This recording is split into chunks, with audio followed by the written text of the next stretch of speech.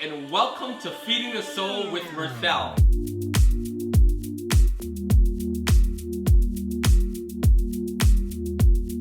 Today I will be fixing vegan fried chicken. Now, it's not really chicken, it's actually tofu, but it tastes like chicken. At least I think it does. Anyhow, we will also be having a special guest on the show as well. I gotta feed my wife and kids, so let's go.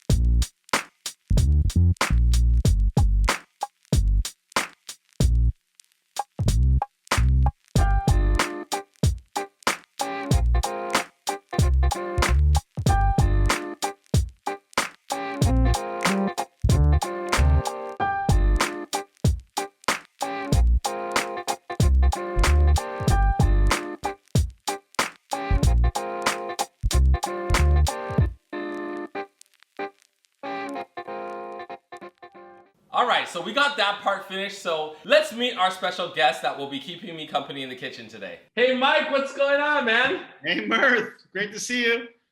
How you doing? Great, you? No, I'm doing awesome, and it's great to have you on. This is Mike, one of my oldest friends in the world. We go back probably grade 4. That's how far back we go. He is the managing director of Clearblue Markets, which is a carbon market advisory company. And it kind of deals with climate change and clean energy. And so he's going to tell us a whole lot more about that. But right now, I just want to catch up with you. We talk all the time, first of all. We're constantly talking on the phone, texting, right? Yes. But we don't always get to see each other. And it's been a bit. Yes, it's been a while. I think it's definitely months.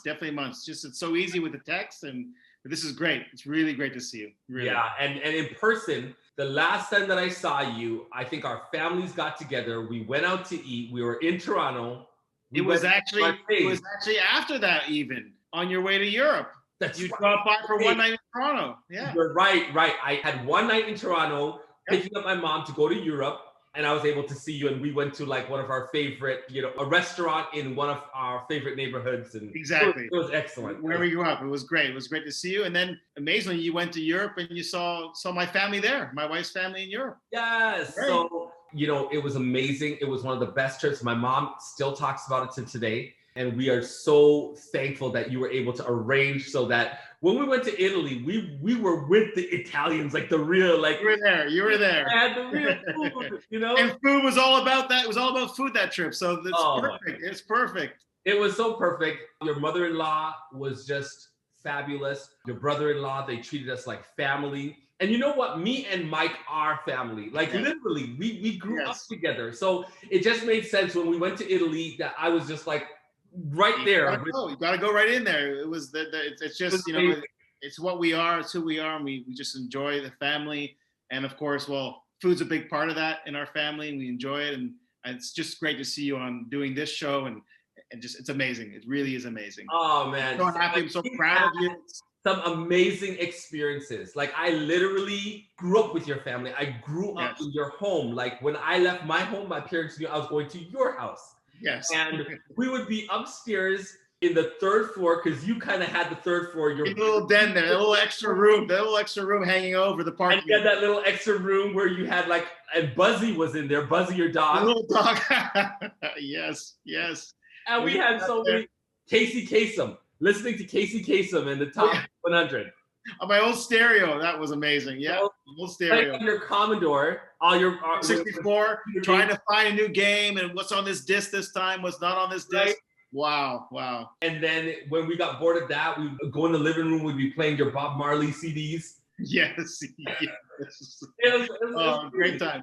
But the truth is, we were actually probably outside 90% of the time. I was just having this conversation with my mom and my wife, and we just, we were outside all the time. We'd leave in the house in the morning and just hang out in that little complex that we lived in. It was perfect. It was so perfect. And we would be playing hockey, hockey.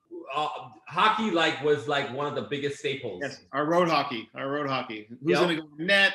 Yeah, that was great. And then golf in the little park. We were shooting golf balls in the middle, surrounded by houses. Yeah, it was such great times. I think it was the beginning phases of computer generation time. Yes. Some of our memories was there, but the vast majority was outside, either playing hockey, basketball, going adventure. When it would snow, we'd go make snow forts. Going down to the ravine in the back behind Crawford there, behind the hospital, going down there. Yes. Oh, man. Always a big adventure. Yes, it was an adventure. It's an adventure. It was great. We had baseball back behind the school. We would play baseball there. Right? Oh my goodness. We had so many good memories, and it's so funny because we have differences. It's so many differences, but you would never know. Like the way that we hung out, you would never know. And then we also had a lot of things in common. Like, for instance, like me and you, like we shared so much in common. Even our families were part of it. Our families were important, and they played a big role for us. And we had those conversations. Even at a young age, we had those conversations. And it was just, I don't know. I think maybe when we're young as well, we don't really notice some of the differences in many ways. As we get older, we realize some of them and think, okay, that's interesting. But for you and me, I don't know, just great times. It was just great times. I had a full head of hair. I still do. So did I. Mike had, okay, guys, just imagine my hair like this, okay? This is me when I was younger. This was Mike when he was younger, but red. Yeah. Big afro, big curls, big red curls. Not anymore. Something went wrong there. But yeah. Every time that I tell my family, I'm like, oh yeah, I'm Mike. Because I have like 3 friends that are Mike. And I always say, yeah, the Redhead Mike. They're like, who's the Redhead Mike? I mean, bald Mike. Yeah. I get it too. I think I have some still in my eyebrows there, but what is left is white basically, but that's okay. But that was me. Oh my goodness. But we had a ton of fun. And you know what I like, Mike, is that how we just picked up from where we left off. Because there was a time frame where I think I went off and I was doing life, and then you went off. I was in Europe for 15 years, right? A few emails here and there, texting, but yeah, that's life, right? When we found each other again and we just got back together, it was almost like we were right back where we left off. Like nothing changed. Right. And as a matter of fact, it was my mom that you ran into my mom at the store, and she gave you a big hug. She said, I saw Mirthell. He's so tall now. But I guess you had some late growth spurt. I don't know, because you never really powered over. 19, and I shot up at 19. Yeah. And then my mom was like, yeah, he's just so much taller than he's seen before. And then she gave me your number because just to reconnect. And then we were in touch here and there. But then that's one of the things I like that we do right now. We text almost every day. Every week for sure. At least every week. At least once a week, but we do it sometimes. Sometimes we go in a run, and we just it just goes all hours of the night as well. There could be I can wake up to a message from 4 a.m. from you, and the same from me. It's fun. It is. But one of the things I really enjoy is that guaranteed Friday night, either I'm gonna say Shabbat Shalom, yes, or you're gonna say Shabbat Shalom. Yes. And that's where we have in common, where we both are observing the Sabbath together, because it's something that we both share, and you being Jewish, and it's just I love that about our friendship, that we have that in common. It's great, and we talk about the similarities and some of the differences, but it's something that I think, well, like you said, at least once a week we for sure have that connection that we share at least once a week. At least once. It's not already. That's been going on. That's what makes me say to you that you're not just my best friend, because a lot of people are like, "Oh, you're my best friend," or "You're my oldest friend." But I consider you my blessed friend. I always say that you're my blessed friend, because I feel like there is just a blessing knowing you and our interactions and the synergy that we have when we start talking and we start sharing our lives. It's great energy. But you know, Mirth, even as a kid, I remember you would ask me certain questions about my religion, my family, what I grew up in, and you posed questions I just never thought about. At a young age, I had to go back and ask my family, ask the rabbi or so, you know, what is actually, what's our take on this, you know? And right. I never thought about those things. You're young, right? You're a little kid, you're enjoying life, you're playing, you know, it's and then you raise questions to me and I'll be, oh, that's interesting. Let me ask, let me find out. And I think that also shaped my understanding of life and everything like that. It was really, that was when we weren't playing hockey or you know, we weren't playing video games. It was very interesting. And it's still today. I think it's the same thing today where we can talk about all things. We can joke around. We can laugh around. We can share funny videos. I can watch you on YouTube with your family, which is unbelievable, with my son watching, or my son will watch up and say, look at this. I'm watching Mirthell's son, Shiloh. Look at this. Or he's playing Roblox. And it's just so amazing. And then we can have conversations about serious issues. And in this last year, I think has been a big challenge for everyone, just what's in the news and what's going on. And it's just great to bounce those things off. And also where we're living, it's different scenarios. And I just really enjoy it on many levels. Same here. It's truly a blessing.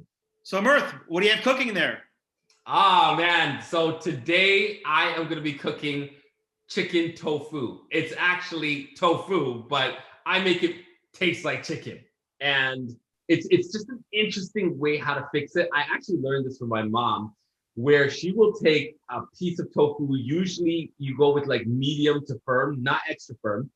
And then you put it in the freezer and you freeze it so it gets a certain texture. Then you thaw it. And then sometimes you can freeze it again and it gets that perfect texture that almost tastes like chicken, like the texture.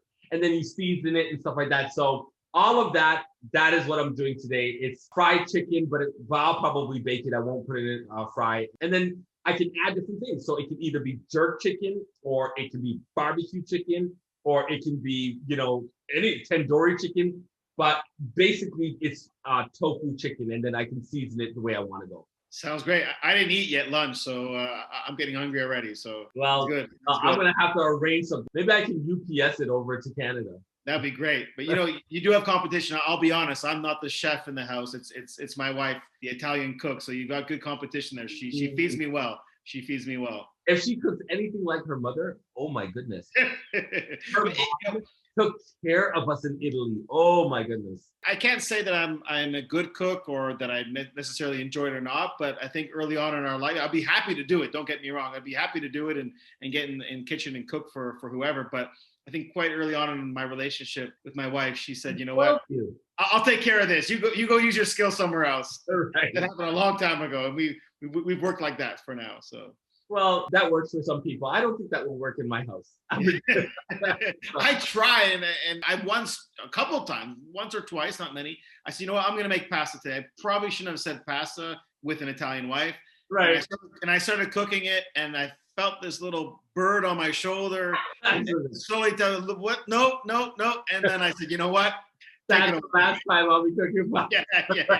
And you know what? I think everyone's been happy so far, so we're good. Right. My cooking is normally ordering pizza or something like this. I do my part there to help out. You can order a good pizza. Good pizza. Right. I know what I'm doing with that. So what do you got cooking up in the kitchen besides ordering pizza? Like, I know you're doing some big things with your company. What do you got cooking up with that?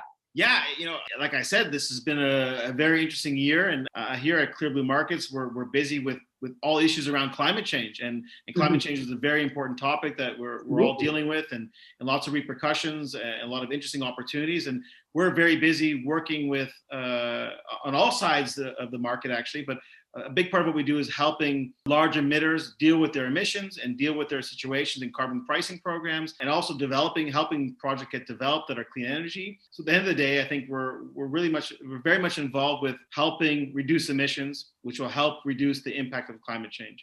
Wow, that is fascinating. And you know, I always hear the state of our environment and the state of emissions and the state of clean energy and all that kind of stuff. And I think the vast majority of people don't really fully understand it. You know, we do our part by recycling and making sure that we're putting plastic in plastic and glass in glass. But beyond that, I think the vast majority of people don't really understand it. So could you give us like a really brief crash course on just the environment on a whole and what our responsibility is? Yeah, sure. And I think your point is a good one in the sense that, I studied conservation biology. That's what I did in my undergrad and my master's, and I got a degree in that. And then, I wasn't ready. Actually, it's where I met my wife. She was in academia herself, and I felt that academia wasn't really the thing for me at that point. So I went to Amsterdam, to Europe, to study another second master's, and it was more about environmental management. And it was bringing the academic world into the real world and the business world, and to say, okay, how do we practically solve some of these environmental issues that we have? And I did that course, and I really enjoyed it. And at that time, carbon pricing, carbon markets were just starting to take off in Europe, and in the Netherlands and Holland was a big player in that. And I was able to find an opportunity to then start getting into that market. And it was a very interesting period. That was back in the early 2000s when these things were just starting to really pop up, and there was programs and policies to start tackling these issues that we were facing as a society. And global warming it's there, it's real, it's reality. You can't expect to burn coal or fossil fuels high levels and not expect there to be some sort of negative impact. It's just to keep it simple. That's what it comes down to. So there's these programs in place to sort of solve these issues. And I think a lot of it came down to us in the developing world, where we had our industries growing quickly, using coal, using natural gas, all these fuels that did impact the climate change. And the thinking was, okay, how do we reduce our impact that we already have done? How do we also support other countries and other areas to not do the same mistake that we did? So to start off clean, don't start off dirty, start going cleaner much quicker than we did. And there were these mechanisms in place in the European Union to support projects on a global level to sort of, let's not start with coal, let's not start with some of these dirty things, let's start with wind, let's start with solar, let's start with all, on the energy side of things. And it was very interesting for us because at the company that I was working for at the time, it was a new world, and I was young, and most of my colleagues were also young, and we were thrown into this, and it was a very important topic that we were rushed to sort of support. And it gave me, I was very fortunate, the chance to travel the world to help look and try to develop these types of projects. And I think to your question, many people don't really understand it all. In these places, it was also, what is clean energy? What are these opportunities? Why would I get a benefit if I do this project? And for me, maybe the system wasn't always perfect. It was learning, it was a process, but it got countries, it got individuals, it got corporations, big companies thinking about doing things differently. Right. It was a push, and we're still doing it. We're still, the reality is we're still using coal, we're still using oil, and there's a need for that. There's a need for a transition. We understand that, but how do we make that transition quicker than we would normally do if we weren't pushing these things? So your company not only helps to encourage new mechanisms, but you guys also help do transitions, are you saying? Yeah, so we try to support our clients and there's different sides of this business, but there's regulations in many places like we have here in Canada. Okay. And we help our clients, work within those regulations to optimize so they can benefit from this transition, so they're not hit too hard. Because we also realize that we can't just close down things tomorrow. One way of slowing down emissions is just close down the plant. That's not feasible. That doesn't work. That's just not reality, right? So how do we have a transition where the economy stays strong and we get to a goal of reduced emissions over time? And how does that work? And how do the policy work actually, or how is the policy not working? What can we do to make it work better? Because the reality is the individuals and the governments that are creating policies, they have, I believe, good intentions. We believe that they have good intentions, but you can't predict the future every time. You can't predict it's going to work like this or work like that, and things change, or sometimes it's a mistake and our client can't do something because the emitter needs to do this or that. And what we try to do is make sure it functions so there's strong, credible programs where everyone's on board from all levels, from governments, from NGOs, from emitters, from citizens, and we get to that process where we actually, or the programs are successful. At the end of the day, that's important. So when I hear you talking about it, if I was to compare you guys to a book, I wouldn't say that you guys are so much Pictionary, just kind of like just says very, very simple words, definition. I feel like you guys are more like an encyclopedia. Like you're giving the definition, you're giving the words. You are giving them policy. You're giving them the new things that they could do. You're giving them how they can transition. It's like you guys are, it's like a comprehensive approach. Yeah, I think it's an excellent way to describe it. There's so much going on. I think you can just click, everyone here can click on the news and see climate change, right, emission reductions, clean energy. There's a lot going on, and it's great. It's moving quickly, but we try to make it work. You know, we try to make the policy very practical and actually efficient, and transactions. You know, these markets, a lot of them have market mechanisms, so transactions can occur. So we support that as well, and help. So you're networking people, and you're exactly, emitter A, emitter B, and policymakers, and then you're exactly that. And then we also, you know, the one way to look at it, there's sort of two ways a player can fit into this world today. Those that have emissions that have obligations to reduce, and there are those industries or those countries where they don't have an obligation. You know, we can't force them to reduce like we should here, for example. But we say, okay, if you do something, you're going to get rewarded for that. You're going to get an offset credit or a carbon credit, which then can be used by the emitter. So in many cases, we are actually on the ground supporting individuals or companies that would not be doing these projects, but because they have an incentive to do it, they decide, okay, we're going to do this project instead. We're going to go above and beyond what we need to do. And that's brought us as a team. So when I think about the team that I work with, my partners, you know, I'm fortunate. I've been working with two of my partners for almost 20 years as well. You know, we've been together from company to company as a real team. I've been really lucky to have this core group of friends, of colleagues that we've been able to experience this, and the good and the bad. It's been a ride. You know, it's not perfect. It hasn't been perfect, but it's amazing what's happened over 20 years.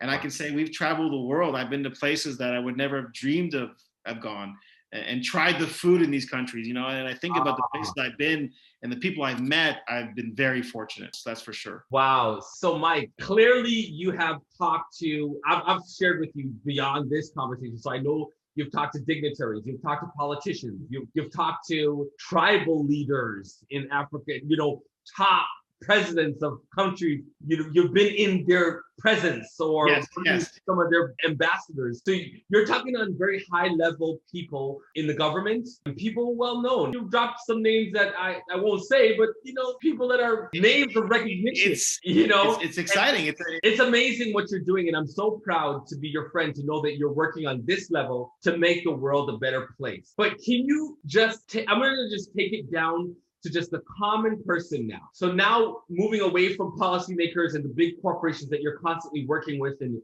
moving, what do you tell the average guy who really doesn't know exactly what we're talking about here? What are simple things that we can do to make a difference? You may not talk on that level where you're at, but just for our sake, what are just some simple things that we can do to make a difference? Yeah, so, you know, there's a number of things that you can do on your own to help solve the problem of climate change that we're dealing with today. You know, one thing it's a hot topic that we're all seeing is electric vehicles. You know, more and more we're seeing electric vehicles being offered in the market. You know, it started with Tesla, but as you can see, especially over the last year, almost every major brand is coming out with that. And I'll be honest, I'm looking to get a new car, and I believe this is going to be my first time getting a full electric vehicle. I have a hybrid.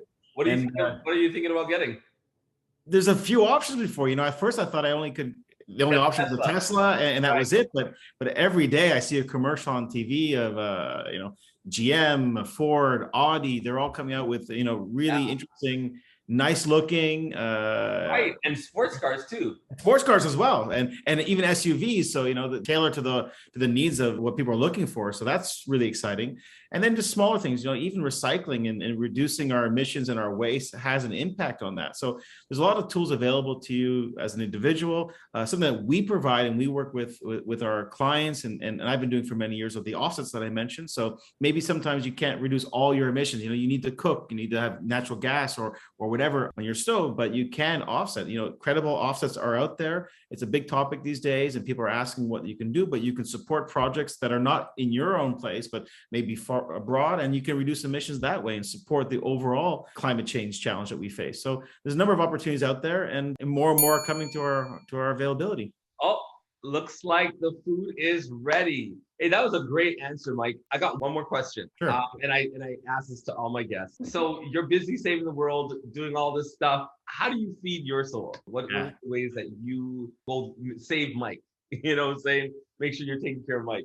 You know, it's a great question. And right away, my family. There's no doubt about it. It's my family. When I'm working, I'm thinking about my family. When I'm traveling, I'm thinking about my family. And just, you know, my little boy, he's amazing. He's a blessing. And he's my best friend. He loves your show, by the way. You know, he's always so proud when he says, Daddy, look, I'm watching Onyx Family. And I love it. That makes me so happy. And he's just my buddy. And of course, you know, my wife and family and my mom and my sister and her kids, who, you know, my sister as well, of course. And that's what makes me happy, you know, and just sharing my experiences with them and being with them. That's definitely my answer. Family is everything to me too.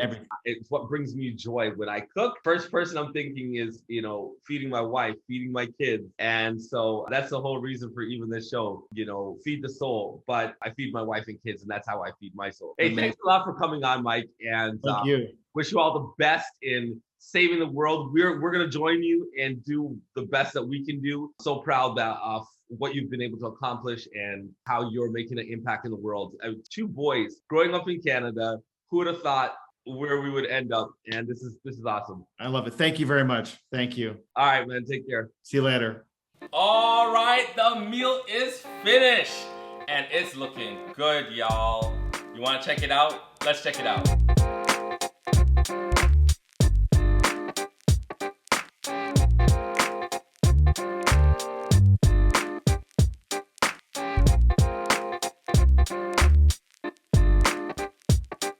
Thank you for joining us on Feed the Soul with Mirthell, where I tell the story, feed the soul, make them laugh, heal the heart. I really hope you try this one out. This one is special, and I hope you enjoy it. See you next time.